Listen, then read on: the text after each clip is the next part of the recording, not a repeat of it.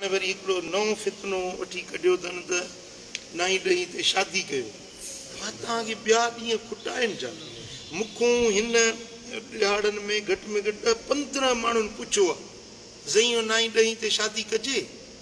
भाउ तव्हांखे सॼे साल में ॿियो को ॾींहुं ई नज़र नथो अचे नाई ॾही ते शादी। हाणे हिकिड़ो को आहे हिते कराची जो आहे बि सुन्नी या रसूल अल्लाह चवण वारो, उन पंहिंजे पुट जी धीउ जी शादी रखी आहे 7 तारीख़ ते। अलाए छा आहे अहल बैतनि सां को बुग़्ज़ आहे या अदावत आहे या उन्हनि खे का इहा ॻाल्हि पसंदि नथी अचे, ख़ुदा ॼाणे छा उन्हनि जी मर्ज़ी आहे। शरअन त मना कोन्हे का त को माण्हू हिन तारीख़ ते करे हिन ते न करे, पूरो साल आहे कहिड़े बि ॾींहं ते माण्हू निकाह करे सघे थो।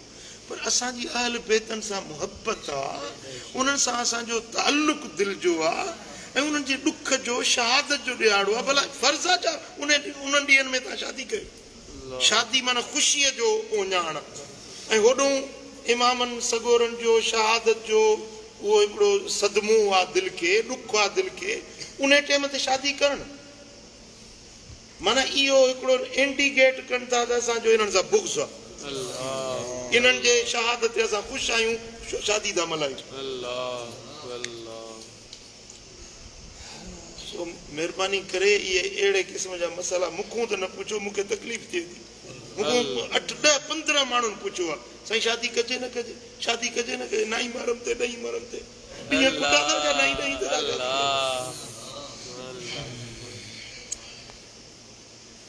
सो इन ॾियारनि जो अदब एतिराम ज़रूरी आहे ऐं महबूब जे बचड़नि ते जेका आज़माइश आई, जेको उन्हनि जो ॾुख आहे, उहे जे वाक़िया ॿुधूं था त हियां ॾके थो।